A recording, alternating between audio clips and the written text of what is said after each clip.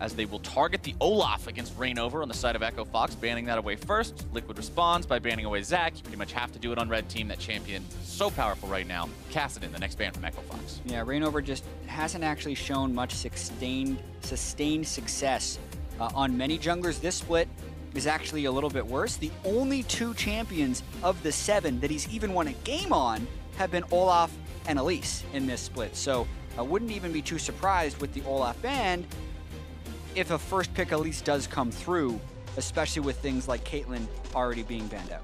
Yep, Caitlyn banned away by Echo Fox, but at the same time, Elise is Akaadian's most played jungler this split as well. So expect that to be a contested pick between these 2 sides. As we go further into this draft, LeBlanc, the second ban from Team Liquid. They got one more to pull out here before we get into that first round of picks, and Lucian is the choice. Yeah, Lucian has actually been something that Froggen has played 3 times and has a 100% win rate on.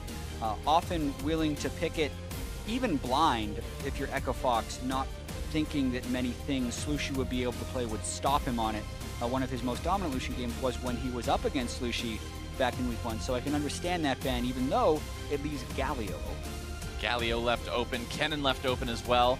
Kennen, one of the champions that Looper likes to play a lot, tied for his most played champion so far this split. Kennen, Rumble, Renekton. Looper likes to be on those things that can fight, not just a pure tank. Yeah, and we see the Xayah coming through from Piglet as well. That's a champion that is very highly picked between these 2 AD carries. But if we think of the other matchups we've seen so far this week, it looks like the scrims kind of took a turn for different picks, like Jhin, Tristana, Caitlyn, and very little Xayah. So Piglet can still get some teamfight utility out of that, but it's definitely not the same priority that other teams have been picking it at. And Liquid also locking in that Rek'Sai.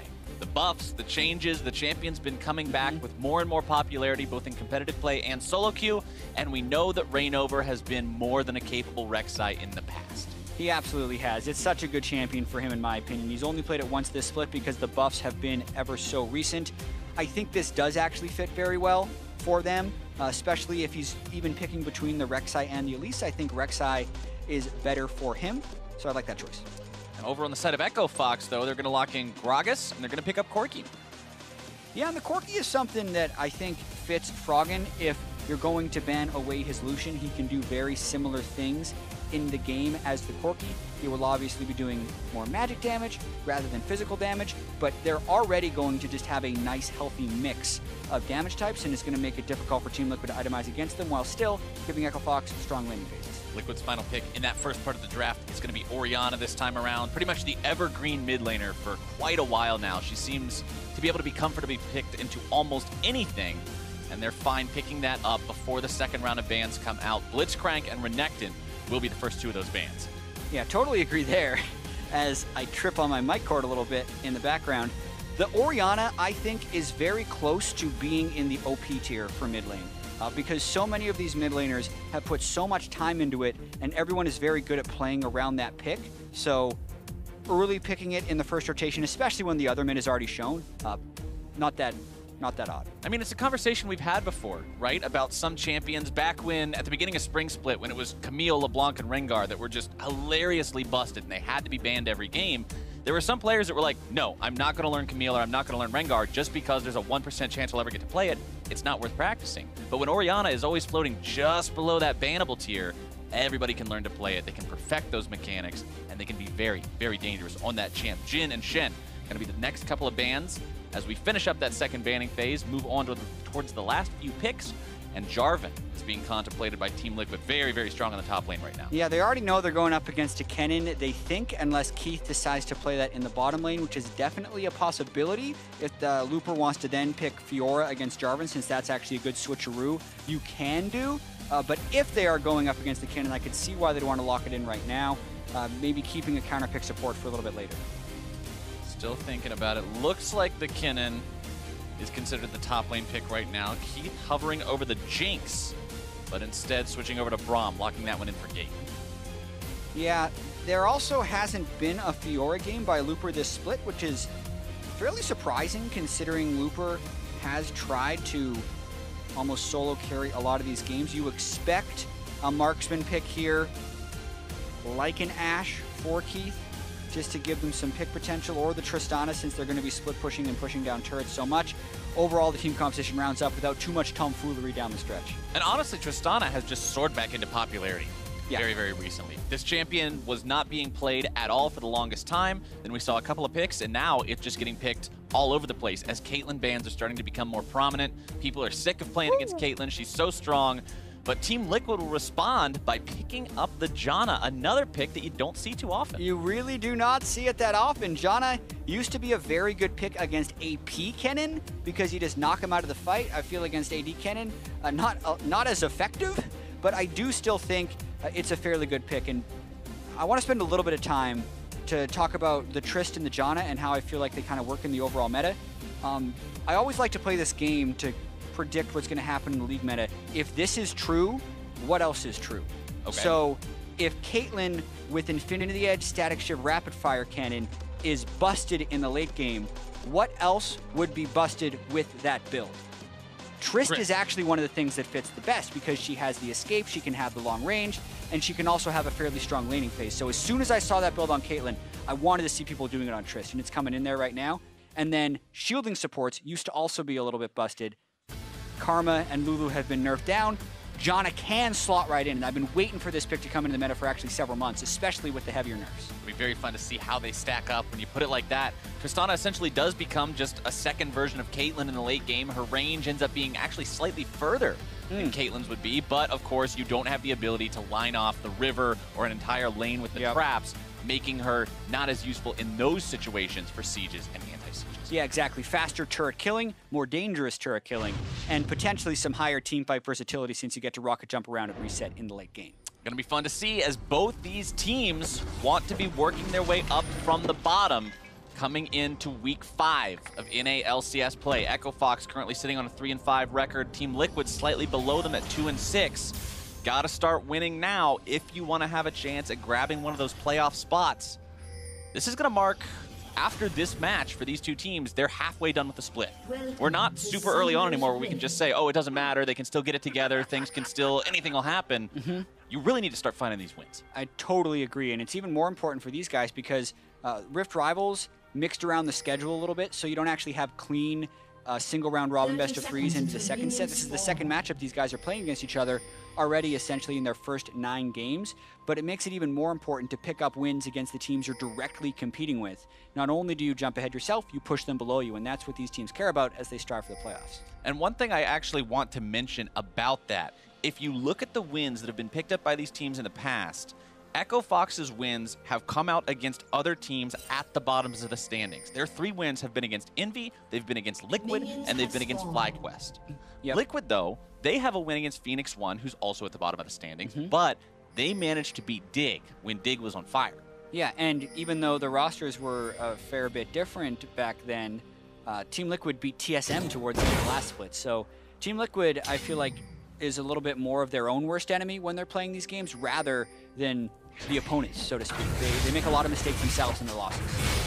Well, we'll have to see how this level 1 plays out here as Lourlo tries to give a nice leash over to ReignOver here on these small chickens.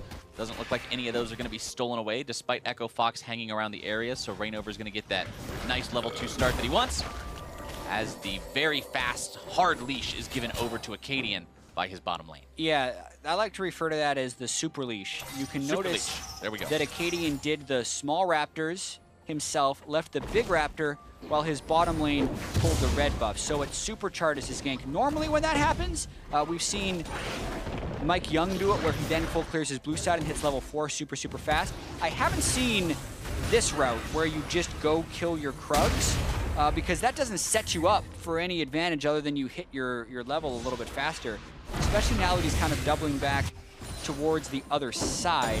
He is healthier than he would be otherwise, but can't quite see what his mind game is yet. He didn't invade or go for an early gank. Yeah, he could have tried to go for the level 3 gank bottom side, but wisely, Team Liquid puts a ward on that tri-brush. ReignOver looking to make that flash into the knockup play. Happen topside. Looper taken low, not quite taken down yet. Is that red buff going to tick? No. Prey Seeker! The potion, but the Prey Seeker blocked by the minion. And that was really tough there. I like the gank.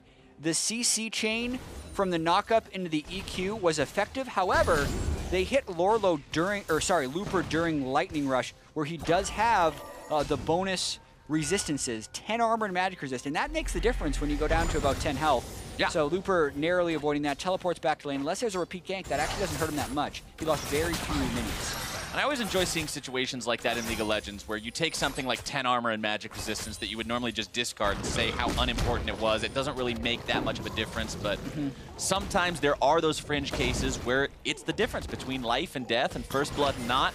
Akaadian trying to just farm up through his jungle now. Like you said, that early start that he got didn't really pay any dividends in terms of getting involved in the lanes or in the enemy jungle, but at least he's got a nice safe farm route that he can get himself leveled up and become that much more powerful that much more quickly.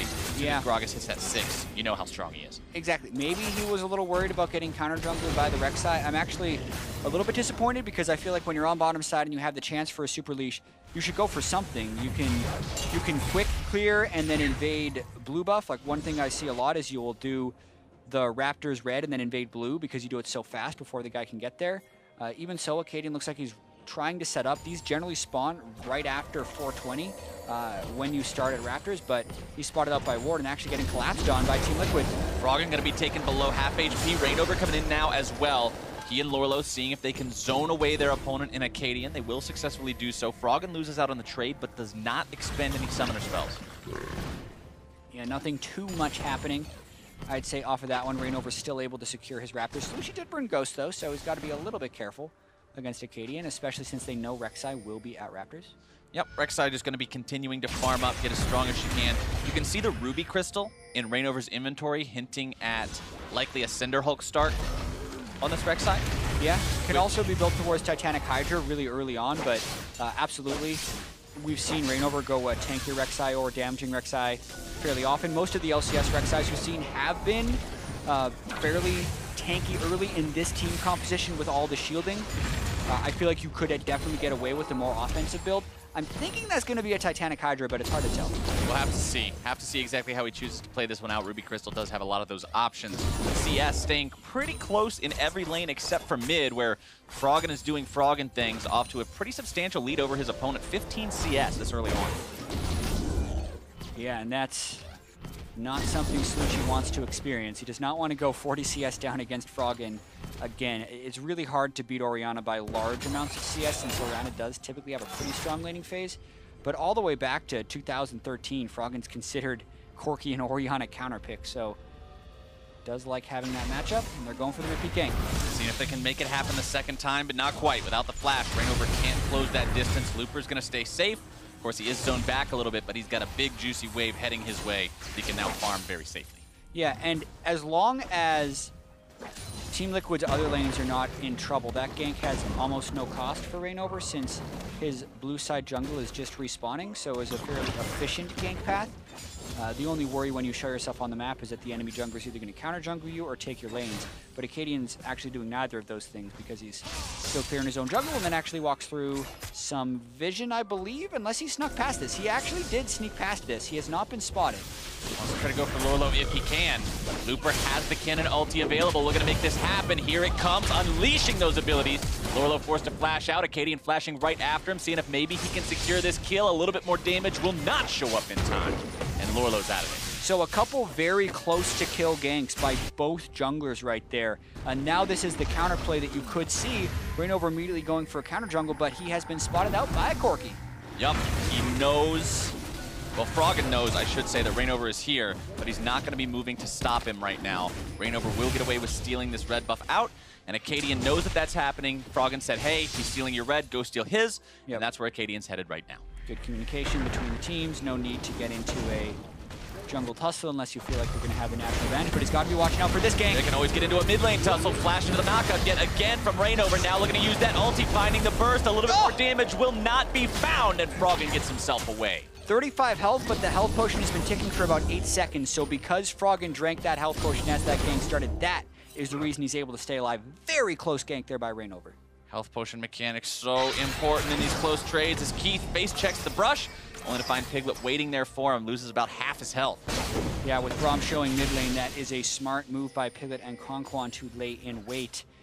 Pushing Keith right back into base after shopping and buying that BF sword. He doesn't want to go home, but he might have to.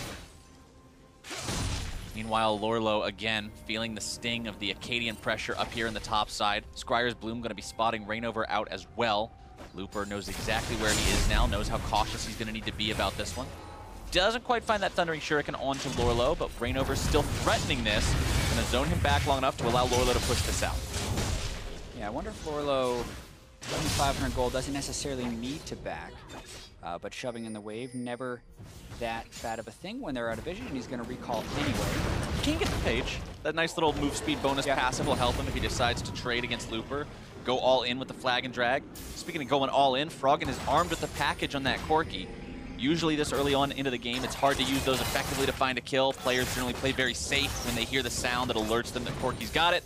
Yep. So you're not normally getting a lot of opportunity to use that to pick anything up, but it's still nice to have the chance. Yeah, Froggen is pinging towards the blue buff of Team Liquid because he wants to go, but the vision is so poor for Echo Fox that they got to be extremely careful. They shut up the bottom lane, and they're moving Braum and Trist in there. One of the favorite uses of a package I see is when a mid laner packages in while the enemy mid/jungle is doing blue, and they try and force a fight there. Looks like that's what Echo Fox is optimistically hoping can happen. Well, unluckily for Froggen, the package runs out before he's able to do anything with it. The enemy blue buff is still there. And you know, even when you make those plays, if you don't secure the blue, a lot of the times you will force the enemy jungler to smite it away, which at least keeps it off the mid laner if nothing else. You'd much rather see a Rek'Sai with a blue buff than an Orianna, especially when you're trying to win that mid lane matchup really hard. Still a 15 CS lead for Froggen over Slooshie, so Slooshie has staunched that bleeding a little bit for now. You've still got to pay a lot of respect towards Froggen and how much resources the team allocates towards him, because we know Echo Fox, like we mentioned in the draft, loves to enable him every chance they get. They really do, and it's the jungle invade returning, but Froggen actually just going back to his wave while the rest of his team goes for this invade, so they realistically can't get this. Ooh, Shockwave comes out, Akaadian going to be brought down, caught out a little bit here, and there's your Rek'Sai bite for the first blood. That's that Emax Irene was talking about earlier, does so much true damage burst. Yeah, it's the right Rek'Sai build in my opinion, but that was the wrong team play by Echo Fox. Really just doesn't seem like they're on the same page.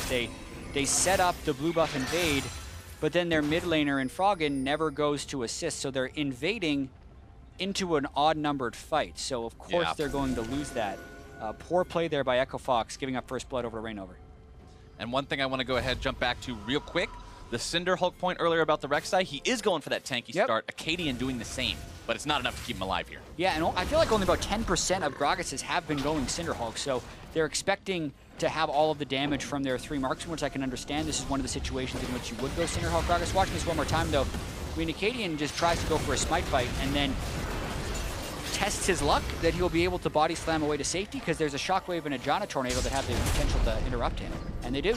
And Gate tried with the exhaust. He tried to keep ReignOver off, but the problem with the Rek'Sai bite, you know when it's at full fury, that's going to be true damage. Yep, can't exhaust the true damage. Exhaust won't have much of an impact on that one, as Lourlo just keeps farming up here topside against Looper, who has built a nice CS lead for himself. 20 up over the Jarvan, but that's to often be expected with AD Kennen, such a lane bully on this champ. ReignOver now, seeing if he can maybe catch him out as Looper makes his way into Team Liquid jungle territory, but Lightning Rush will get him away to safety. No real issues just yet. Yeah, I feel like AD Kennen is the most banned yet least effective champion we kind of have in our game. It's got a very low win rate in NA at least, but has banned a whole bunch.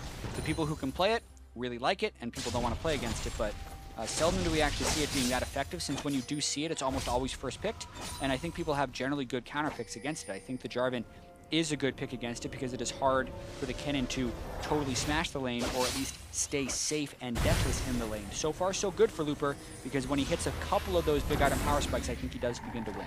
Now Lourlo picking up that Ninja Tabby, though, going to help him a lot in terms of resisting the auto attack damage, giving the mobility that he needs to stay on top of Looper or stay away from Looper, depending on what the situation calls for. Akaadian moving towards his own red. He's got his support hanging around just in case, because they know that Team Liquid is coming for this. Slooshie, KonKwon, ReignOver, all looking to make their move. Red buff gets a little impatient, resets himself back towards his home. ReignOver makes a tunnel and gets himself out the backside, and Liquid decides this is no longer worth the investment.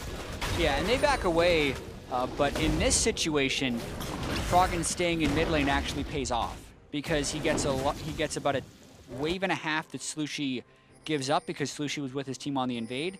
but Team Liquid didn't have the confidence to stay in for a 4v3 right there. I think they could have, actually, if they just would have brute forced their way in, but maybe they just respect the teleport of the Kennen a little bit too much.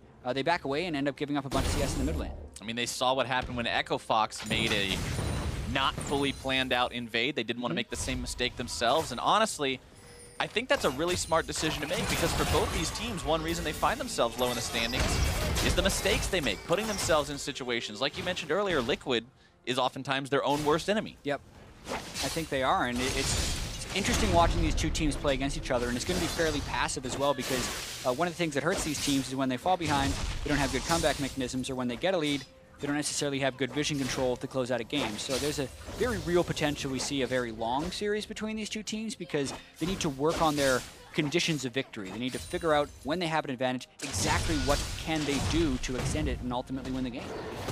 For now, that advantage is going to be looked to be built for Echo Fox through Froggen, who's got the second package armed and ready. Fan vote there at the bottom part of the screen. Team Liquid fans showing up in force today. 64% of the vote believes that Liquid's walking away from this one with the win, which will then bring them up to a tied record with Echo Fox. Yeah, they are coming into this one with 2 wins. Echo Fox has 3.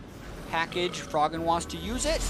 Here they go. There they go now. Looper going to be taking some damage here at the start, but Lourlo and ReignOver successfully put themselves underneath the turret safely enough to prevent Echo Fox from going any further, and the play is botched. Yeah, that wasn't very close to doing anything.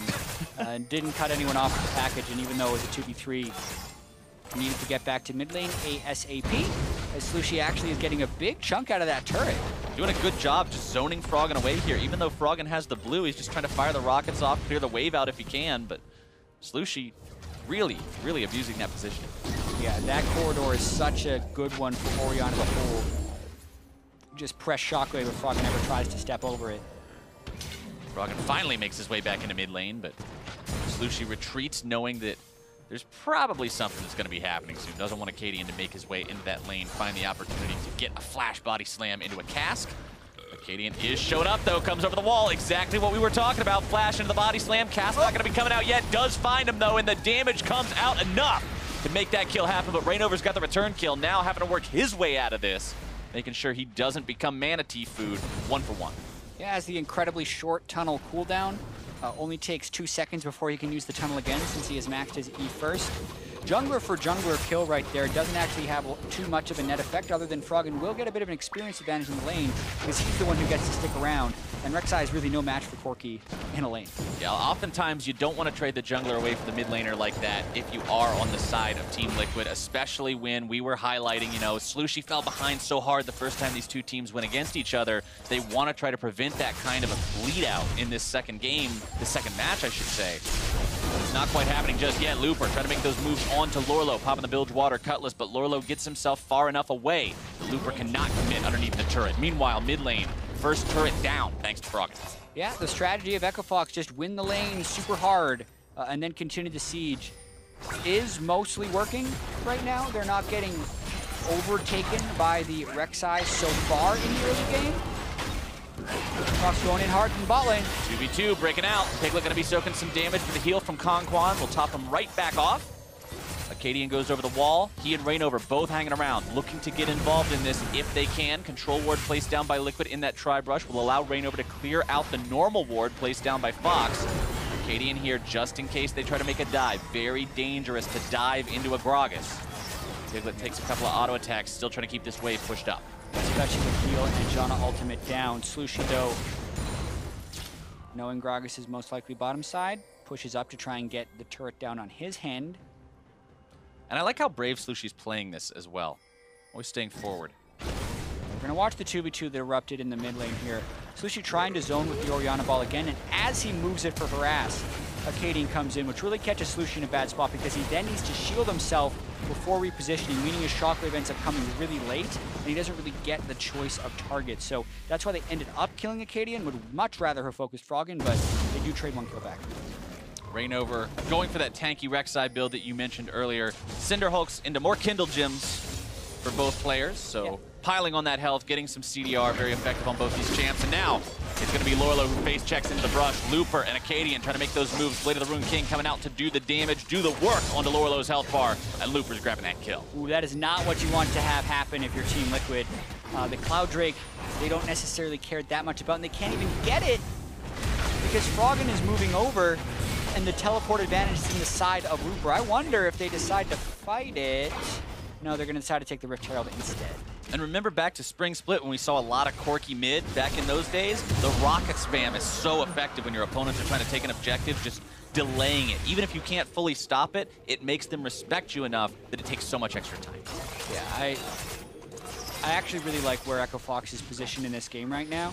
I think they also have the opportunity to build double Knight's Vow and still have two really good people to put it on. I think that's what Akaadian and Gate should kind of both build with their next items.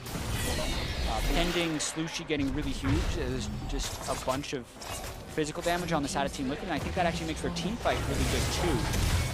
So I think you give a nice fight to Froggen and Keith and just kind of 4v4 with the split pushing Kennen, and they'd be in great shape. Liquid at least grabs themselves their first turret of the game. That extra global gold going to help all the boys try to catch up to their counterparts.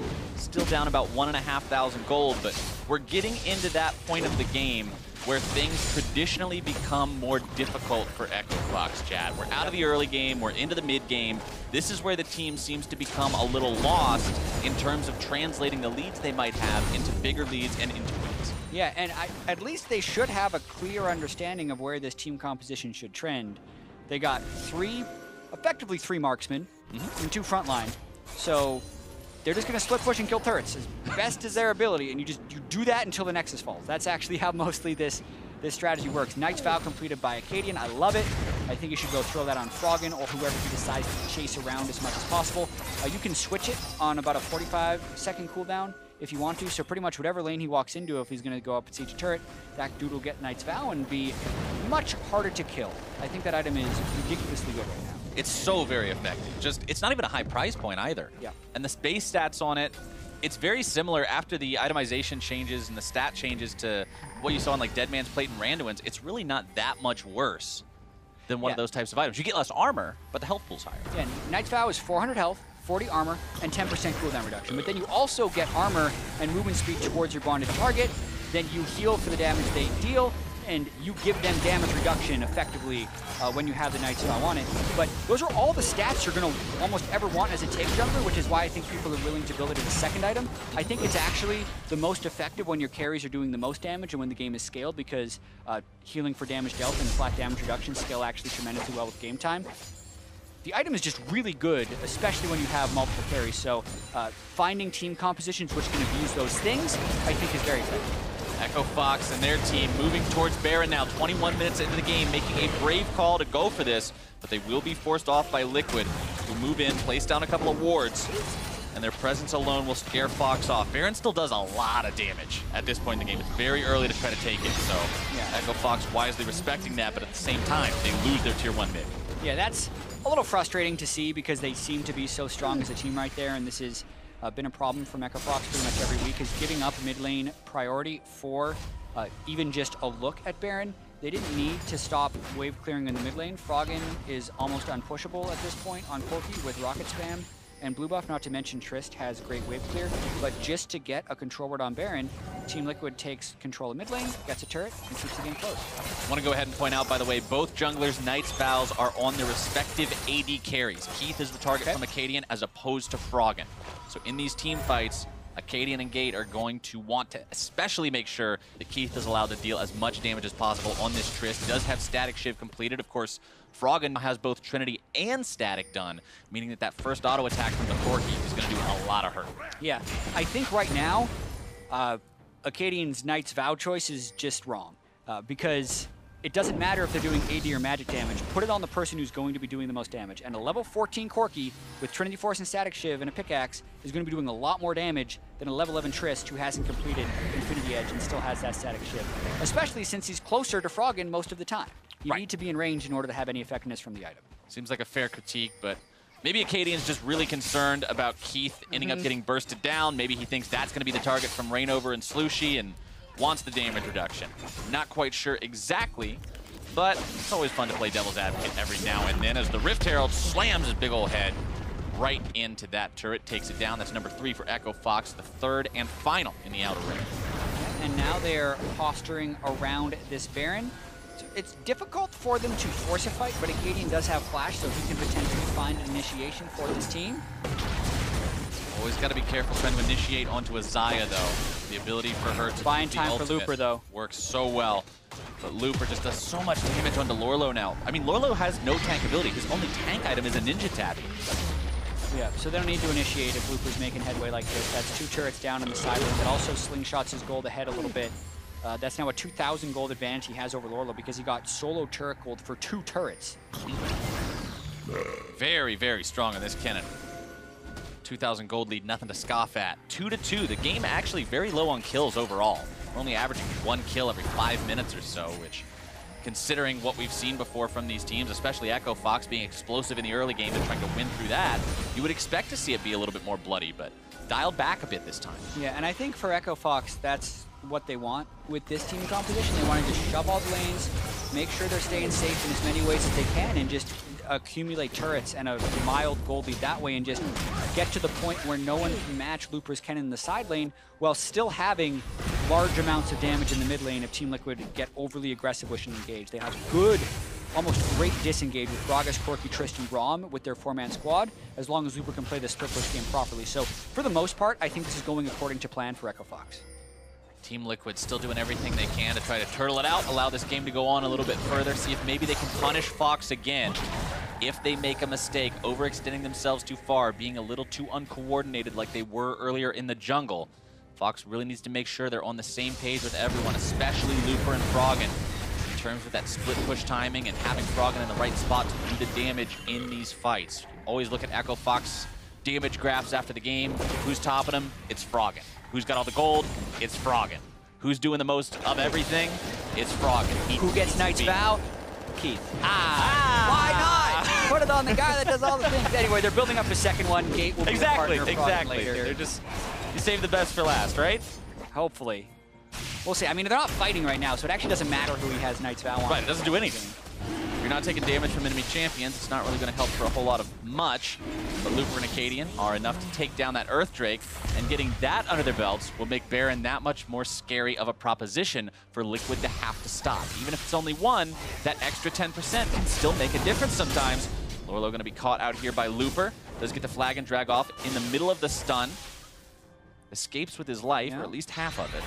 Yeah, and you want to escape that duel as the Jarvan, or you need a friend to come and actually win the 2v2 with you. Otherwise, it's just miserable as a split pusher dude.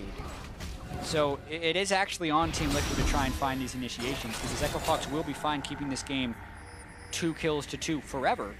Yeah. Since Looper is always winning that side. Why not, right? But over the wall goes ReignOver.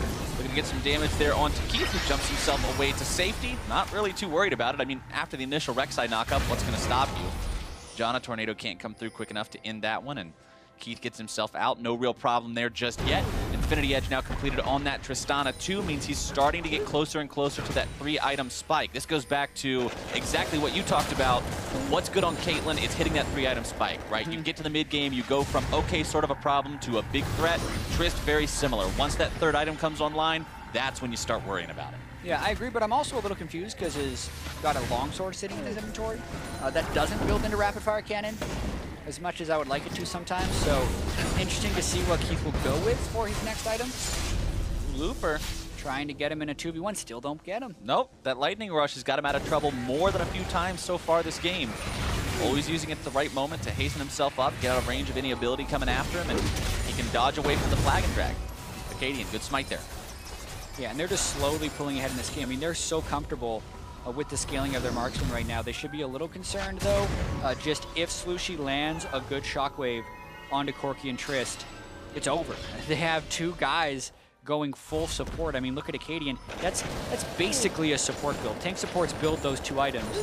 So they're just kind of setting up a jungler tank support and a support tank support to deal with two carries, trying to make 2 bot lanes really have function in these team fights. And it's like what you just got done saying, almost as if Akaadian could hear you and say, you know what? Ori shockwaves could be a problem. I don't want to deal with that. Let's get Locket before anything else. and stop that from being able to remove half of somebody's health bar. If you can shield that and have that timing right when it needs to be, you can seriously hurt the team fight potential of Team Liquid. Because if Slooshie doesn't hit one of those big shockwaves, how does Team Liquid win a fight? Yeah, they don't. They get run down by Froggen and Keith. Froggen did pick up a Last Whisper with that. I can understand that. ReignOver is stacking a lot of early armor. Looks like he's going to Stoneplate with his third item.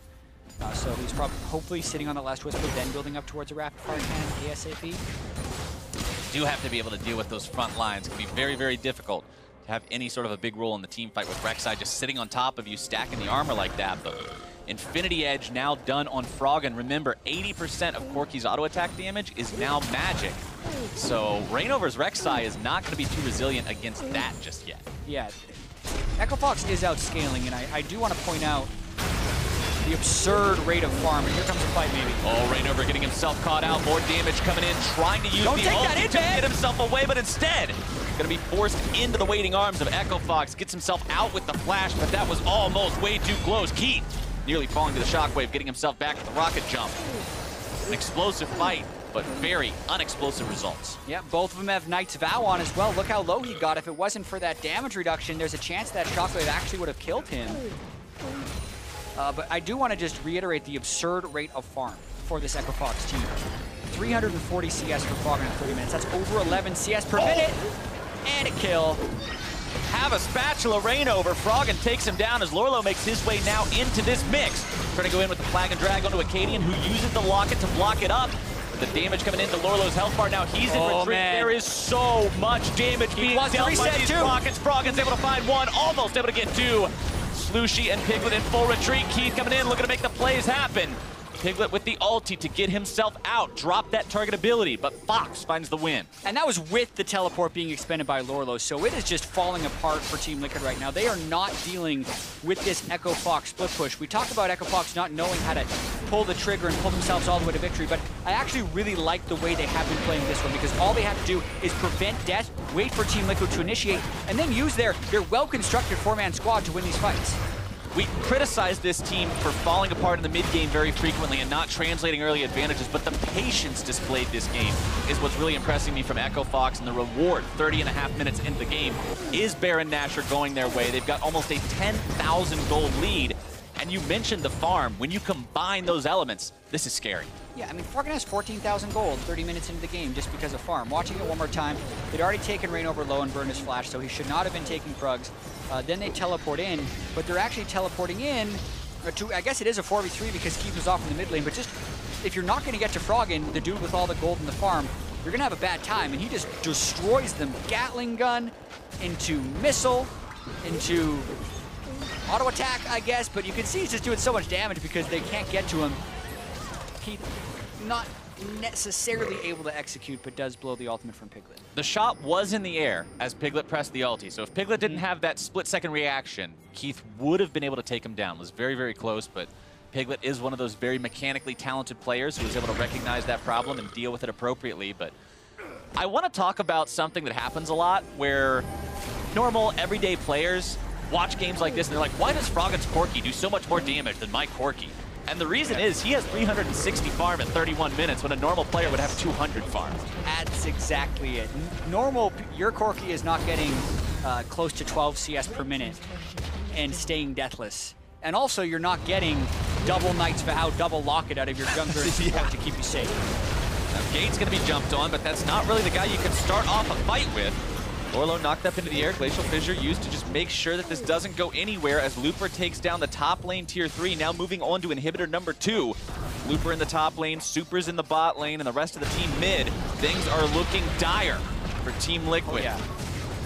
Team Liquid is very sad right now because they can't even get in. ReignOver's going to try. ReignOver tries to go in, instantly loses about half his HP. Lourlo looking to go on to Froggen if at all possible. Not going to be working out today.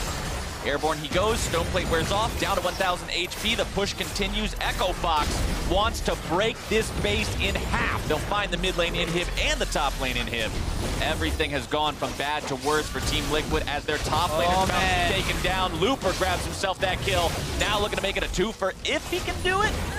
Doesn't even need to. They're doesn't matter. They're just going to rush down these turrets. I think they got super minions coming in for multiple waves. There's no initiation left for Team Liquid. Shockwave would have to kill the world, and I just don't think that's going to happen. Not today, Jatt. Not today. Echo Fox, 5 men strong on the enemy Nexus. The final push coming in unless Team Liquid has a miracle, but it's not going to be water into wine today. Echo Fox start this series 1-0. Keith just won a game going 0-0-0, and I'm not willing to say he played bad. Right. Because the rest of Echo Fox just had everything go according to plan. All they had to do was farm up, disengage, and split push. I mean, you got a 2-0-0 looper in the top lane. You got an Akaadian who probably did about 12 damage to the team because all he was doing was Knight's Vowing and building a locket, but it's exactly what they needed to do. So this is the type of thing that you would be much more impressed with if it worked against a team that was more successful, right? But it absolutely exploited what Team Liquid hasn't been able to do all year, and that's punish teams when they expose themselves. But I didn't see much from Echo Fox there that was open to being counterplayed. They kept very good spacing. They had good wards. It was just a nice win. Yeah, this whole team worked together. They stayed on the same page. We had that early bit of a problem in the jungle where Froggen was like, hey, I know you guys really want to steal the buff, but there's a wave here, and you know I got records to keep up with, and I got to make sure I have the farm.